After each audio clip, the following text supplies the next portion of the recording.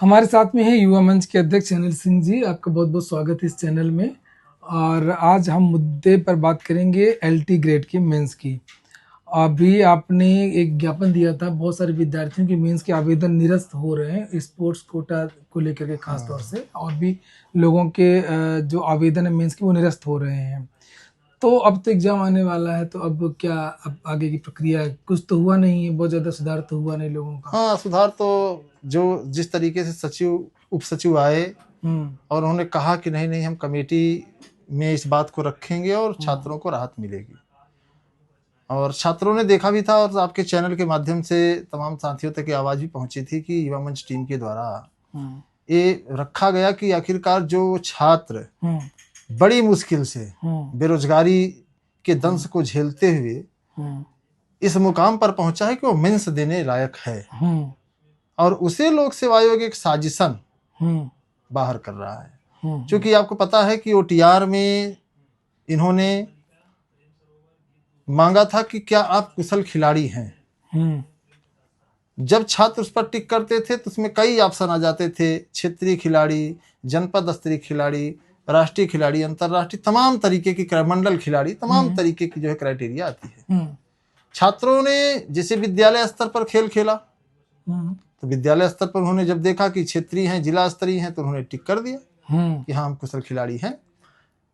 और सबसे बड़ी बात कि एलटीजीआईसी लोक सेवा आयोग के द्वारा इस प्रक्रिया में पहली बार ऐसा कर रहा है। इसके पहले एक परीक्षा होती थी, पहली बार मेंस हो रहा है, पहली बार मेंस के लिए फॉर्म भरे जा रहे हैं। तो इस उद्देश्य से हम लोगों ने लोक सेवा आयोग को समझाने का प्रयास किया, लेकिन लोक सेवा आयोग किस गुमान में है, क्या चाहता है, या फिर लोक सेवा आयोग मेंस की परीक्षा से विचलित है जो छात्रों की छटनी कर रहा है। ऐसे में उन सभी साथियों से जिनका नाम शॉर्ट लिस्टेड करके लोक सेवा आयोग बाहर निकाल रहा है, उन सभी साथियों से मैं यही कहना चाहूंगा कि आपके सामने कोर्ट का एक विकल्प है। कोर्ट आप चलिए जी, और कोर्ट में निश्चित तौर पर इस पक्ष को रखा जाएगा कि जब ओटीआर में आवेदन करते समय आपने कुशल खिलाड़ी का डाटा मांगा और अभ्यर्थी ने कुशल खिलाड़ी होने का प्रमाण भी दिया है, तो आप मेंस में उसे इस बात को लेकर के बाहर कर रहे हैं कि आप राष्ट्रीय खिलाड़ी नहीं, अंतरराष्ट्रीय खिलाड़ी नहीं हैं, आप तो क्षेत्रीय खिलाड़ी हैं। जी जी जी। तो क्षेत्रीय खिलाड़ी हैं तो ठीक है, उन्हें राष्ट्रीय अंतरराष्ट्रीय खिलाड़ी की जो योग्यता है। सबसे बड़ी बात बताऊं कि इसका कोई महत्व नहीं है, तो कोई वेटेज नहीं है इसका। इसीलिए जो योग्यता जो मांगी जाती है, केवल वही योग्यता आप लोग लगाया करिए किसी भी भर्ती में।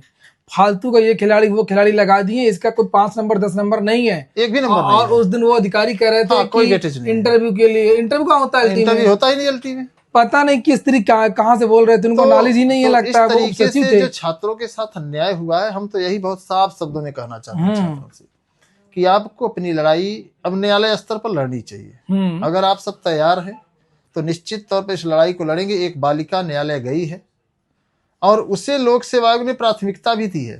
शायद मैंने आपको बताया भी, कल के वीडियो में मैंने बताया था कि हाँ ये याचिका संख्या है, उसको वरीयता में रखा गया है। उस महिला से हमारी डायरेक्ट बात हुई, उनकी वकील से भी बात हुई, कई लोगों से बात हुई। तो अगर आप लोग चाहते हैं कि आपको न्याय मिले तो आपको लड़ना पड़ेगा। अगर आप नहीं लड़ेंगे तो निश्चित तौर पर अब तो आपका काम खत्म। आपके वर्षों की मेहनत, वर्षों की तपस्या यूं समझिए कि चंद पल में स्वाहा हो गई है। 4163 पदों का टीजीटी पीजीटी का विज्ञापन आप जानते हैं, जिसमें 3538 पद हैं। अब 3538 पद में मुझे नहीं लगता है कि इतने सारे अभ्यर्थी हैं, लगभग 8 साढ़े 8 लाख, उनकी दाल गल पाएगी। हमने ये सोचा था कि कुछ अभ्यर्थी एलटीजीआईसी में चयनित हो जाएंगे तो कंपटीशन थोड़ा सा कम होगा और अधिक छात्रों को रोजगार मिलेगा। लेकिन लोक सेवा आयोग ने सबकी मनसा पर पानी फेर दिया है। तो ऐसे में जो छटनी हो रही है मेंस में, स्पोर्ट के नाम पर, या फिर विकलांगता के सर्टिफिकेट के नाम पर, या फिर जिन छात्रों से इन्होंने प्रत्यावेदन लिया, जैसे कुछ छात्र ऐसे भी हैं जिन्होंने प्रत्यावेदन दिया, लोक सेवा आयोग ने बाकायदा उनका नाम, रोल नंबर निकाला, उनसे प्रत्यावेदन मांगा, लेकिन उनका भी नाम शामिल नहीं किया गया। और जैसे कि अभी कुछ छात्रों का किसी कारण बस डॉक्यूमेंट्स स्पीड पोस्ट नहीं समझ नहीं पहुंच आ पाया था, उनको भी रिजेक्ट कर दिए थे।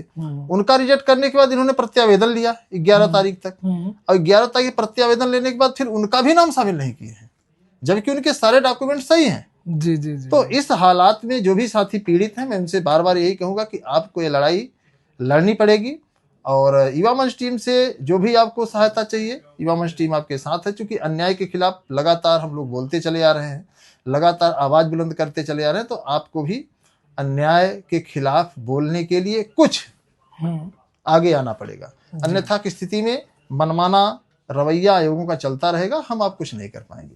तो जो भी साथी हैं, इसी वीडियो के डिस्क्रिप्शन में व्हाट्सएप ग्रुप की लिंक हम डलवा दे रहे हैं परिहार जी से। हालांकि परिहार जी लगातार छात्रों की आवाज बेबाक तरीके से उठाते हैं, और एक बात आप देख ही रहे होंगे कि अगर बेबाक तरीके से उठाएंगे तो मुकदमा, जेल वगैरह वगैरह तमाम चीजें होती रहती हैं। तो इन सभी चीजों से भी हम लोग सावधान रहते हैं।